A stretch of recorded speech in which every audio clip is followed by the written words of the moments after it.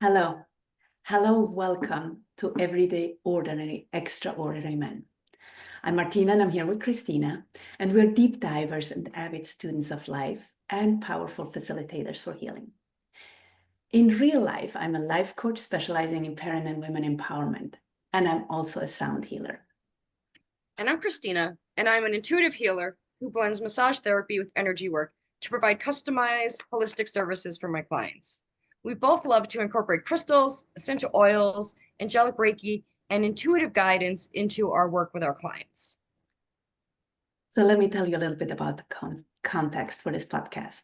Most humans have a lot of preconceived notions and stereotypes about gender. For example, men are tough, silent, forceful, women are chatty, manipulative, or emotional. And in doing that, we put people in a box and often forget to see beyond those labels. And then if someone is not fitting that mold, we might call them a tomboy or a sissy. And those and similar labels can cause discord, or actually do cause discord. So, what would a world look like where we go beyond our preconceived notions and understand that we are much more than our gender? That we humans are strong and soft and gentle and deep and powerful, tough, fierce and open. That qualities are not specific to a gender. That we all have all qualities available to express. What would a world look like where we all are free to be who we choose to be and express all of our emotions? When we allow ourselves to express the so-called masculine and feminine qualities within ourselves, we set ourselves free. And when we allow others to do the same, when we accept all of them, we create synergy, peace, and harmony. And today, we're here with my cousin from down under. Yes, I do have a cousin in Australia. Dan, do you want to introduce yourself? Can you tell us who you are? Hello, everyone. My name's Dan Cully. I'm a man of many different skills, I would say. So I am a musician. I'm also a facilitator of Authentic Relating here in Melbourne, running monthly workshops there. And I'm also a roofer. So I restore people's roofs and make them look new again. Yeah, I'd like to consider myself an artist. I feel like that's how I sort of look at the world, through that artist's lens. And yeah, more than anything, I think I'm a person who's on a journey of finding meaning in life and trying to create a life that sustains me and inspires me to keep living in a good way. Yeah, what else? Is there anything else in particular that you'd like to hear now? Or just Whatever you want to share. And if this is all for right now, then that's good enough for right now, you know. Yeah, that feels like a good little intro. So yeah. Okay, very good. I've met you once, and I am so excited to be here with you and to get to know you better. So, so then, if we really knew you, what would we know? Oh, I love that question. That's actually an authentic relating game that I play in the workshops. If you really knew me, you would know I have a deep love of music. You would know that getting into the depth of like what's going on in like a relational dynamic with people, I find really interesting, and I love like expanding into bigger edges of self-expression, like sharing stuff that's more and more kind of edgy, if you know what I mean by that word. Yeah, I guess the idea of showing up fully in a connection is like really it's an inspiring thing. And when I get to witness myself like expressing something new or opening in a different way than I had previously, like there's some inspirational fuel I get from seeing that keeps me moving forward. And it's like this feeling of novelty where it's like, oh, this feels new. It might be like some old thing that I've expressed, but it's like the way that I'm expressing it, or allowing myself to take up space or something like that, just gives me this feeling of positivity and I guess hope as well. So that's one thing that is really important to me. Yeah, if you knew me well, you'd know I am recording an album at the moment, and I've been working really hard at saving money and putting energy and time into crafting some songs that are really written from my heart. And music is a big part of my journey of understanding and growth, and it's been like a guiding light for me in my world.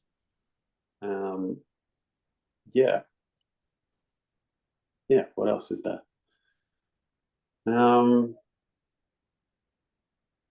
Being in nature is also something that I find incredibly healing. And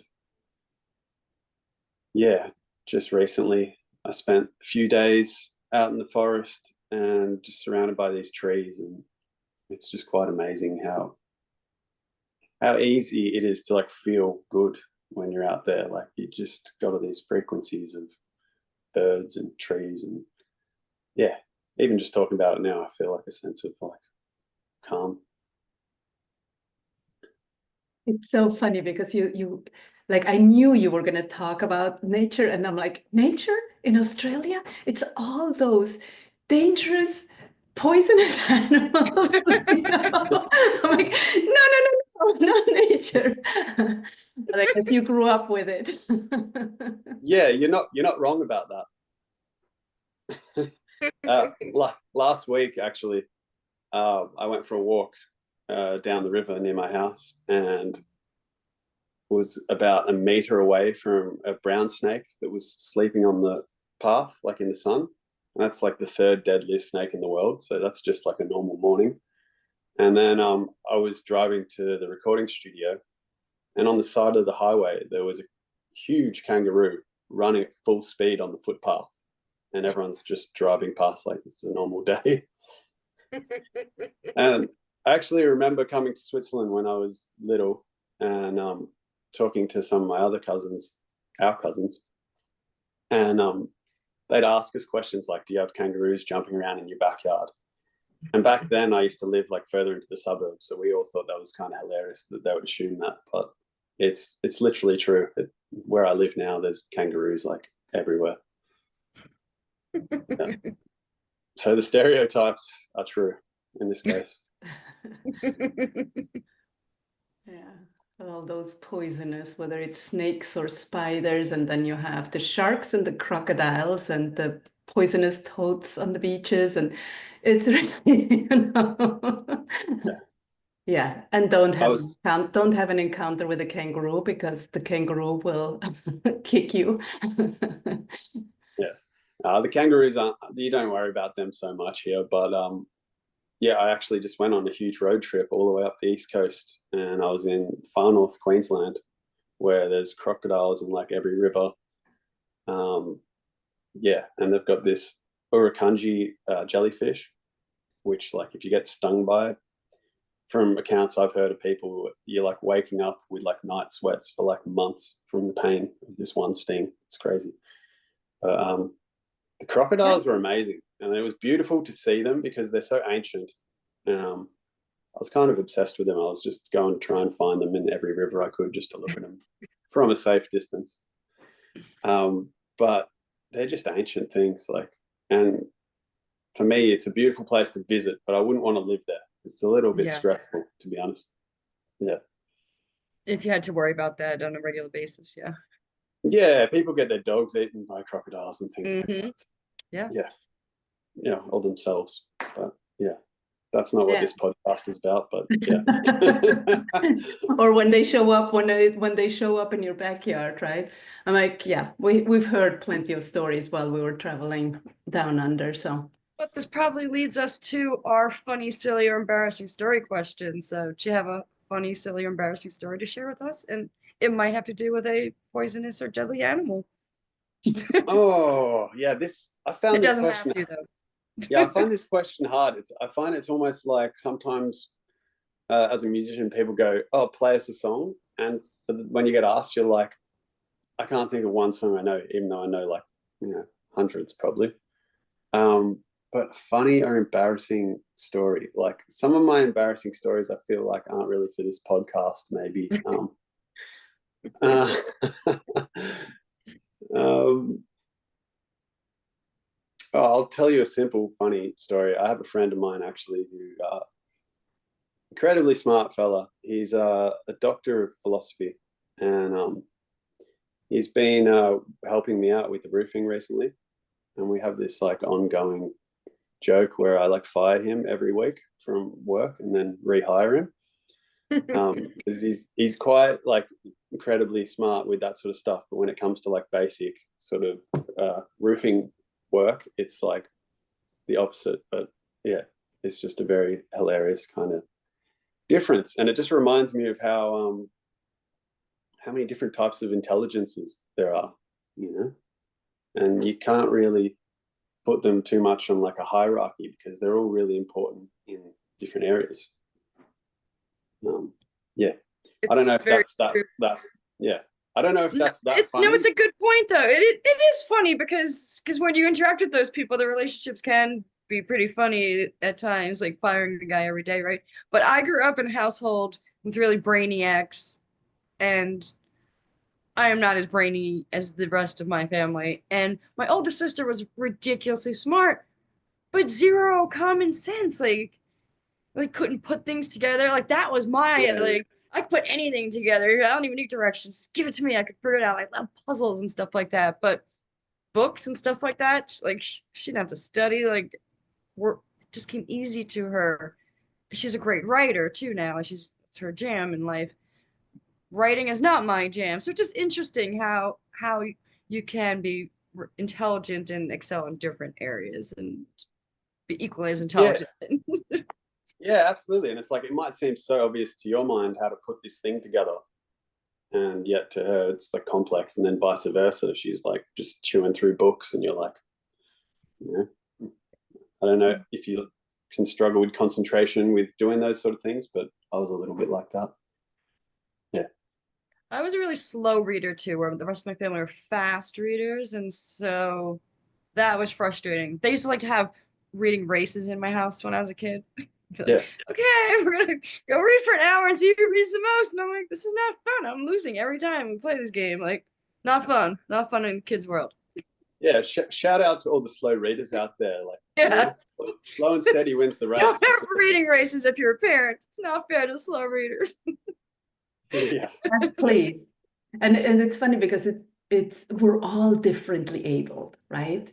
It's like we have this idea of like talking about stereotypes, right? It's you wear glasses or you have a big nose or but you might be good at reading, but you might be good at art, you might be good at math, you might be good. So we're all differently abled, right? But we have these categories of what it means to be a successful human. Right, and then we're comparing ourselves to other people just because we don't excel in this one area, but we're not giving ourselves credit for the areas we do excel in. So, yeah. So true. Yeah, I remember a few years ago, it was probably like, I'm 35 now. I think I was maybe 30, and I was working doing farming at the time. And I was just in a state in my life where I was really kind of comparing myself to all these other people that were 30 and just kind of bashing myself because I didn't fit into like where I thought I should be at this point in my life. And it was like, some way I was like trying to motivate myself, but it was kind of not really working. It was just kind of making me feel worse about how I was going. And interestingly, being just like witnessed and seen in where I actually was in my life without judgment and just acceptance actually created the most amount of organic sort of momentum and change starting to ripple through my life. And that was part of what got me on the journey of putting myself out there as a musician, which is something that had always meant a lot to me, but it's just really tough to finally build up the gumption to get out there. And, it's pretty confronting and it's a vulnerable thing to do for sure. Worthwhile though. Yeah. Beautiful. So you talked about nature and music. Is there anything else that makes you come alive? Like what you're most passionate about? Yeah, the authentic relating is one thing that I love. And a big thing similar to what you're doing here is like it's giving people a chance to speak and to share stuff that's really important to them.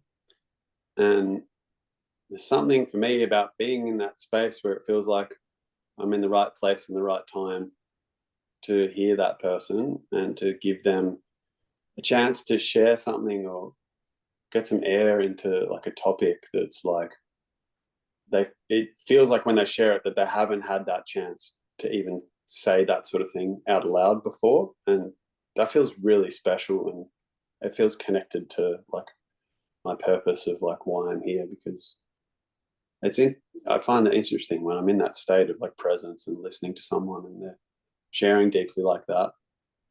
There's no thoughts about myself almost. It's like I'm gone. I'm just here witnessing something, and I just love that. There's just such a peace in that space.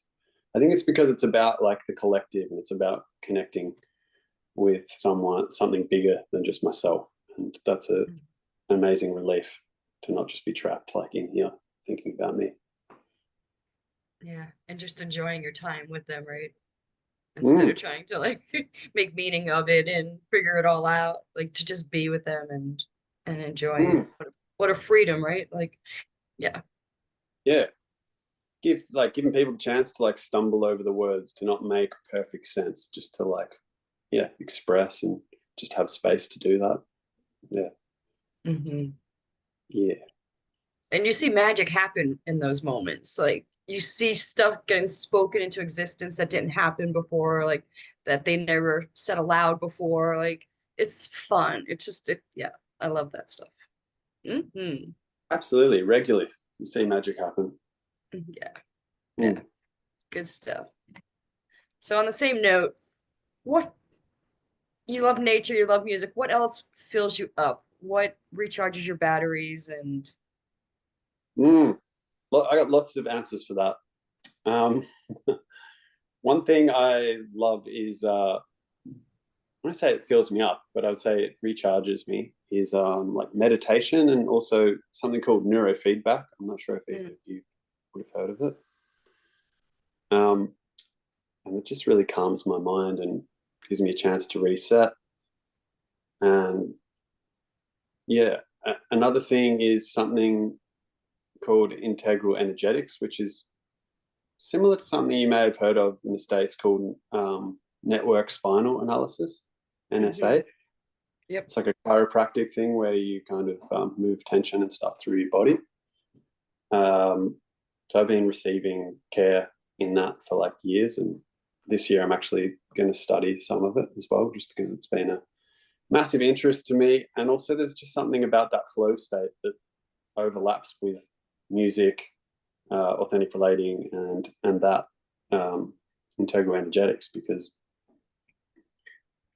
yeah, it's a chance to get out of your own head and feel into the space and what's going on. Yeah, and there's some feeling of flow in that I'm drawn to pursue and to learn more about. I just find it really interesting how the whole body and nervous system works and how we hold tension, and yeah, the tension between like our conditioning and what our spirit actually wants, which is like beyond like that cultural conditioning. Yeah. It's so good. I'm in the same boat as you. Like I geek out on frequencies, and I now have a sound vibrating bed in my house. So and they have so you listen to meditation tracks, and it has 5 different zones that vibrate. And I now I've added a weighted blanket to. I'm just like I just put my mask on, my headphones on, and I'm in my little zone. Some days I'm like, no, I'm gonna pick another one. I'm not ready to face the day yet. And they have tracks for different things like relaxation or focus or healing, or so you kind of pick whatever you need. Sleep tracks and tracks to wake up, and so You can find just about anything you want. There's guided meditations, there's pure frequency. And so you can just, yeah. And that's Is my jam. That's where I reset my battery. I mean, I love my yoga class for the same reasons, but like that takes a little more effort. I have to get in my car, I got to drive to my class, but this is just in my living room. I stumble from my bedroom to the living room and I start my day there. And maybe I end the day there. And sometimes I'm there in the middle of the day, but it's my new favorite tool. Yeah. sounds really cool. Do you use like binaural beats and stuff as well? Yeah. Yes. I love that. All of that. I looked into that a while ago, but I haven't delved back into it recently, but I imagine it's probably kept evolving in some way. Yeah, there's lots of different ones. I was listening to that before I got the sound bed, and now I haven't really listened to any of mine. So I go through my phases, but I think that's life too, right? You find different tools at different times in your life when you need them, and that evolves too, right? Like your yoga and meditation, and it leads you to the next thing and the next thing. And then Yeah.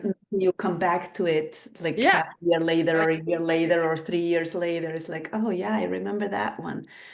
But what I thought was fascinating in what you were saying is it's all about being present ultimately, right? With the music, like it's being present. With meditation, it's being present in authentically relating.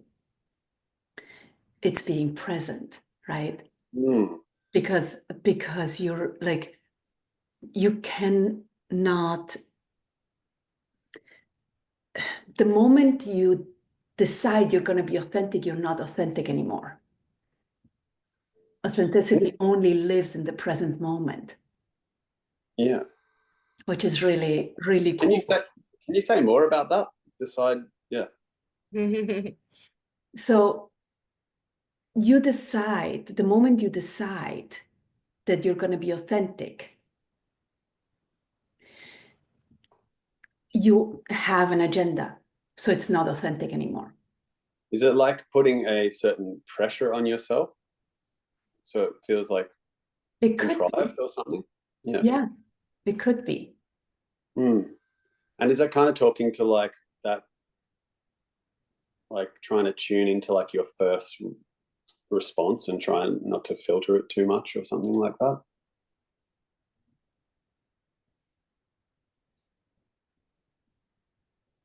So if you want to be authentic, what it takes is that you're present.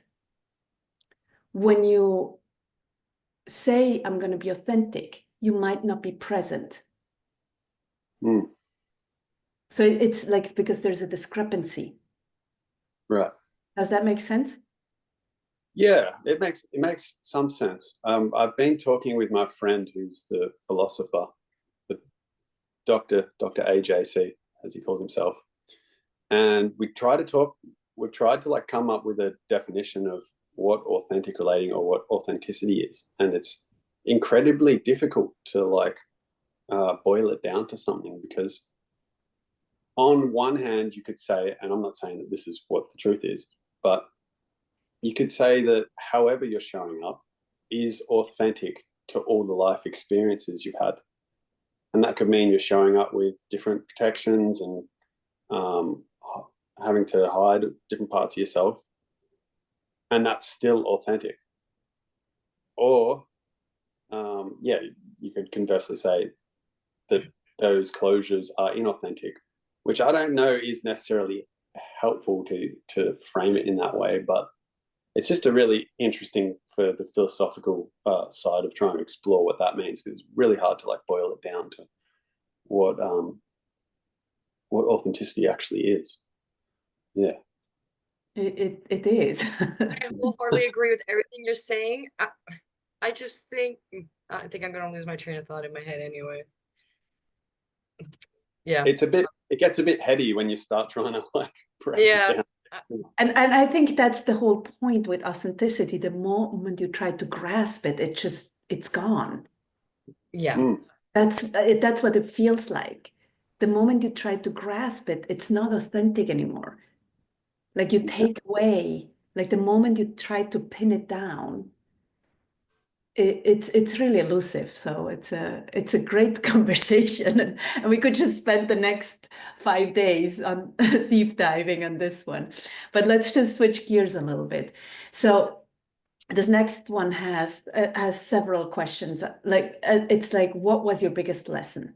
So, for example, what was your biggest challenge, or what made you who you are today, or what took most courage, or when did you stand up for something that mattered to you?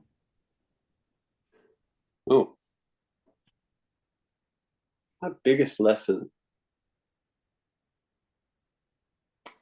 I think I have a good grasp on this. I'd say one of my biggest lessons in the last like recent part of my life, last like 5 years, was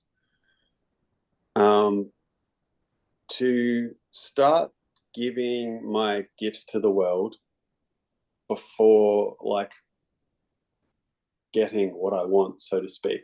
Like there was this wounded part of myself that was like feeling like deprived of some sort of nurturing, and that part of myself felt like kind of angry and stubborn and like, well, stuff this, I'm not going to give, what I've got to give to this world because I'm hurt by something. And yeah, I really flipped it in my mind to really, I've like found this resolve of like, I have to give my gifts regardless of any of that, and that is actually the path of most beneficial things to come, not just to me but just for the greater good of everything. It's like I can't wait to give those things, and it actually hurts me to not give those gifts, whether that's through my music or just my being of like sharing more of myself with people. Yeah. In terms of courage, I think there's been a lot of moments of courage. Yeah, so many moments. But I think like something will come up for me in like a new connection where I'll be at the start of connecting, whether it's a friendship or a romantic space, where I'm like, I feel like it's a risk, to be close with somebody. And when I take those risks, it's like invariably it's always been like super positive. But there's like a fear of, I don't know, fear of being rejected, or yeah, probably rejected or something like that will come up. And yeah, to be able to just kind of go through that is something that's been um, an amazing reward for that courage. It's like, yeah, it always kind of shows me like how the mind can project all these things, fears and things like that, but they're not necessarily solid. And sometimes they do just need to be stepped through. And sometimes they don't. They're there for a valid reason. But yeah. Yeah. Yeah, the other thing that comes up is to not take things so personally, not to take life too personally. Sometimes this was my belief that our problems aren't just our problems. They're manifestations of like a culture and a society that seem to be manifesting in us in a certain psychic knot.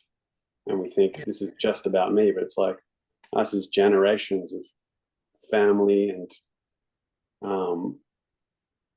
cultural environments that other people like ancestors grew up in that is now like manifesting in me.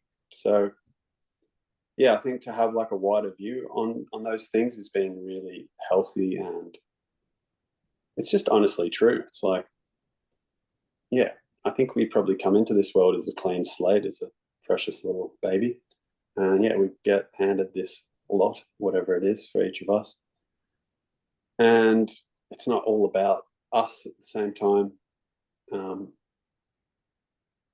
Yeah, and who knows, maybe these pains and things that come into came into my life was so that I could have a greater awareness of like, what does it actually mean to be alive? And, you know, yeah, I think this guy, Donnie Epstein, he said this quote about pain is supposed to interrupt your life because there's like something bigger that you need to learn. Yeah, and that resonates. And even if it's not true, thinking that is actually really helpful and empowering. So it doesn't matter if it's true or not. Absolutely. We are firm believers that, you know, anything that's uncomfortable in your life is you're going to grow from it, right? Or at least it's an opportunity to grow. You get to choose if you're going to grow from the opportunity or not, right? But there are always opportunities to grow from. Yeah. Yeah. Amen. I love that. Let me just ask you, because you were talking about sharing your gifts and how it hurt you.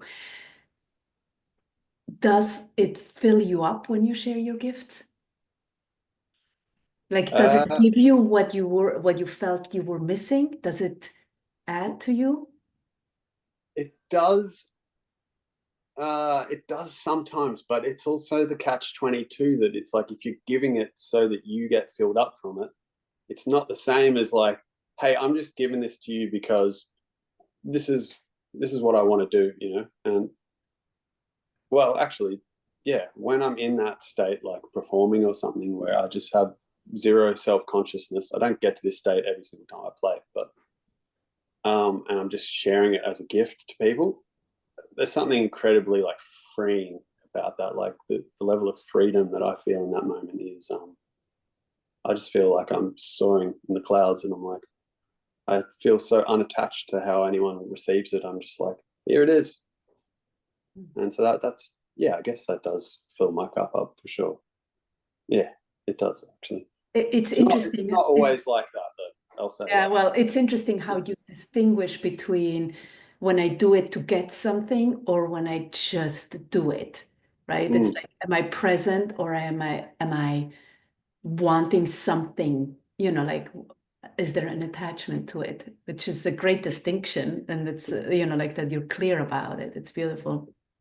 Well, I think people can feel it or at least sense it on some levels, especially as a performer. It's like if you're up there going, oh, I hope, you know, if you're thinking, I hope you guys like me, and do you love me? Do you love me? Do you love me? Do you love me? Do you love me? Please love me, please. I gotta pay the rent, everybody. That's why I'm here tonight.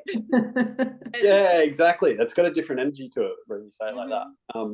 But I think those things are okay if they're always going to be kind of rattling in the background somewhere, but it's like, how much energy do you give to that? Like, especially I'm talking about with performing, it's like, I need to, like, I can just kind of acknowledge that that's there or whatever, but then I just keep coming back to like, what is the song about? And what is like the thing that I want to express in this, and like feel into the audience and stuff like that. And then that, I guess, is like the technique or the yoga, if you will, of like really conveying something with music that lights me up and lights up other people. But yeah. I think it's an important conversation because a lot of artists or even like myself included as a massage therapist, right? Like I love what I do, but there's times I can get burnt out and not be as present as I would like to be in my sessions, right? So it takes a lot of awareness on my end to have my tools and things that whatever bells and stuff in my room to clear energy and crystals, whatever I need. Like I make sure I have to have them so I can be responsible for that. But there's a lot of people kind of sleepwalking through life and forget that whatever they're doing for their job is a passion and a self-expression, right? Because they're just in survival mode. So it's always nice to kind of stop and get present to what you're doing and why you love doing it before you actually step out the door, or I don't know, those wake-up calls that we forget. 100%. And it feels like it does take conscious effort, because that is probably the norm, right? It's like everyone's just on this rat wheel and they're just trying to get as much done in the shortest amount of time, and not really like that state of beingness is like undervalued, I feel, in our society. Yet when you meet someone who's like just being in themselves, how like refreshing it is to be around them, or feel seen by them because they're like just regulated enough to see you. So yeah. Good stuff. Yeah. And what makes you laugh? Oh, lots of things make me laugh. I love the idea of like playing different characters. Like I often find myself fantasizing about playing different characters in like I don't know, maybe like a skit or a movie even. And that's something that just kind of spontaneously comes into my head. One of my best friends is a filmmaker, and he's always like working on scripts, and I'm always like telling him, write me in, and then I'll just send him I send him a message every couple of weeks and go, all right, this is the character. And like he might not have a story that has that character, but I'm just giving him a list of which characters I know that I would naturally be good at. Yeah, I love the idea of acting a bit more. It's something I didn't pursue when I was younger, but just fun. You get to try on like a different persona for a bit, and yes, making people laugh is great. Like I love that. Yeah. Yeah. Well, you started out talking about expanding your like self-expression, right? And that would just be another level of expanding your self-expression, right? Musician, acting. Next. Yeah. Yeah. Another thing that makes me laugh that is feels like maybe a newer thing in my life. So I felt like, just to give you the context about what I'm about to say, in high school there was a lot of like teasing of people, and it was done in like a not nice way, where it was like it was a joke, but it was actually like it wasn't a joke. It was kind of like trying to cut people down. And then I kind of went to this thing where it's like I felt like I evolved from that, where it was like I'm not going to do that anymore. And then I felt like another level recently, where like consciously teasing my friends has become like this thing that feels like appropriate and not like necessarily mean, but it's kind of like just a bit more banter in a healthy way. And there's constant like check-ins. It's like, hey man, was that offensive or was that all right? And they're like, no, it's totally fine. So you kind of know where your boundaries are with people. But it seems to be like more so with my male friends. Like as a teacher of mine once said, it's like, guys, you can kind of roll them down the hill a little bit more, is what he would say. But I know that's kind of like a stereotype, and I know that this was like kind of leaning away from those stereotypes, but there are ideas around like personal growth for men. There's something about like challenging men is can be really good for the friendship and for each other. Yeah. Mm-hmm. And we are all about breaking down stereotypes, but we're all about laughing at ourselves too, right? And catching ourselves. Because let's get real, these conversations have been around for generations, or if not thousands of years, right? So for us to think that we're going to just dismantle them all overnight is really silly, right? We're human. We're gonna have our moments where we fall back into it, and moments where we're, as you said, you consciously choosing to evolve, right? Which is brilliant. Yeah, and like what I said about the teasing each other thing, it's only possible because there is a level of trust and sensitivity, and we actually talk about really deep personal stuff about our lives with each other as well. So it's like, because there's that trust there, it is okay to go that way because we know each other well enough. Mm-hmm. Yeah, and you don't want to be too serious all the time. You have to have some fun. No, and like your friends do things that annoy you, and you need to like somehow like let off the steam, tease them a little bit, and for them to see it and laugh as well is just great. Exactly. In it together, it's like Absolutely. you're laughing with each other. That's the difference, right? Yeah, that's with each other rather than at each other. Yeah. Mm-hmm. Yeah, beautiful. So what do you consider your superpower to be? What's your superpower? I would say my superpower is my resilience. I feel like, yeah, not many people would know how resilient I've been to like be where I am in my life. But I just have like picked myself up a million different times and dusted myself off and just continue to do that. And to me, in my own mind, that's my superpower, is how, yeah, I can just do that. I love that about myself. Yeah. It's a beautiful superpower. Mm, Hmm. it served me well. And it will continue to serve you well. Yeah, yeah. Hmm. Someone put this quote up the other day that was like something about, um, sometimes just like getting through a day is like a massive win. Like you don't have to have achieved anything, but sometimes just even being here is like a huge achievement. And I've felt that at different times in my life. But yeah, it just kind of goes to that whole resilience thing. And yeah. Yeah. And, a lot of people, and this probably goes for everyone, I think, like we don't know what other people go through. It's like everyone has their own journeys, and you might present a certain way, and people might make assumptions just based on how you appear to look or your demeanor or whatever. But there's, we've all just got these really vast stories of so much depth and intricacies that can't be necessarily ascertained, like just from seeing someone. Yeah. Yeah. Hmm. Oh, we make up so much shit. Always. Yeah. Yeah. So, tell us about a time where you took a chance for love. And it might not be, it doesn't have to be necessarily romantic love. Mm.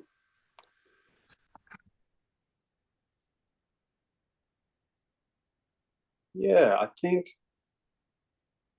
taking a chance for love, like I spoke to it a little bit before around like entering into like new friendships, and how it feels like a risk. Like I've had this sense like, oh, this could go horribly wrong. Letting someone close to you that could end up being cruel or whatever. Um, and I feel like I've taken that risk a bunch of times and had some of my best like friendships out of that have been incredibly nourishing. But there was always this like kind of fear of like being closer and more vulnerable. Um, yeah, and I feel like nearly every time that fear's come up, there's always been a massive reward on the other side. Um, Is it being authentic? Like yeah, being authentic? it's about being It authentic. is a risk. Like I consider it a Yeah, huge risk to, show myself fully. So yeah, I'm just asking, is that what you're talking about? yeah. That is, yeah, exactly. And like the courage that takes to do that, it's like it does take courage, because there is risk there. And yeah, yeah. I feel like there's so many little like times that like we risk, or I risk things for love, and it could be doing my music and risking, a lot of different things, rejection or whatever, being seen as silly, or I don't know, whatever other things that are there. But yeah, I think that's all the risk as well. It might seem like an obvious risk when people see me play and they're like, oh, he's good at that. But it's still, not everybody thinks that, I'm sure. It is a chance for love every time you play, right? Yeah, yeah. Every time you play, every time you step out, every time you allow yourself. Every song you write and the album you're creating, all of that is a chance for love. Well, every time we allow ourselves as humans to be seen, right? It's a Yeah, chance for love. absolutely. Yeah, so true, so true. For sure. And I remember like early days of when I was attending authentic relating events, like the level of fear I would have before, I'd just be really worried about like, I don't know, someone discovering some like flaw about me, or seeing that I wasn't as well together as I appeared to be, or something like that. And I'm so glad I didn't just listen to those fears and just stay there. I am so glad, because those little risks were like yeah, they, turn into this huge amount of momentum in these other areas of my life. And it's quite crazy sometimes when it can seem like a small decision. Do I go to this thing tonight or not? But then it ripples out 5 years later to all these other things. And it's just a little risk for love in that moment. Yeah. It creates a momentum, and yeah, it's beautiful. Mm. So Dan, if you had a magic wand and could give people any quality, what would it be and why? Mm.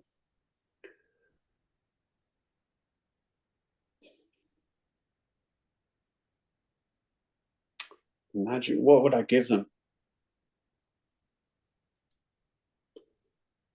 I'm going to risk sounding like a cliche or something here, but I would give them the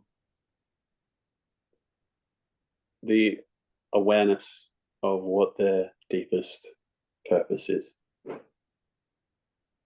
Mm. Yeah. I feel like a little bit cheesy saying that, but that's what I got. So why do you want to give them that? What do you think it would provide? Well, so that they can light up the world. I think personally I could be inspired by them too. And yeah, to see the joy that they could have as well from giving those things is really awesome. If I think about friends and stuff like that, but to see them received in their gifts, it just gives me more faith and strength as well. Yeah. Okay, last one. Okay, it's already, wow. What legacy do you want to leave? Like, what do you want people to remember about you? Oh.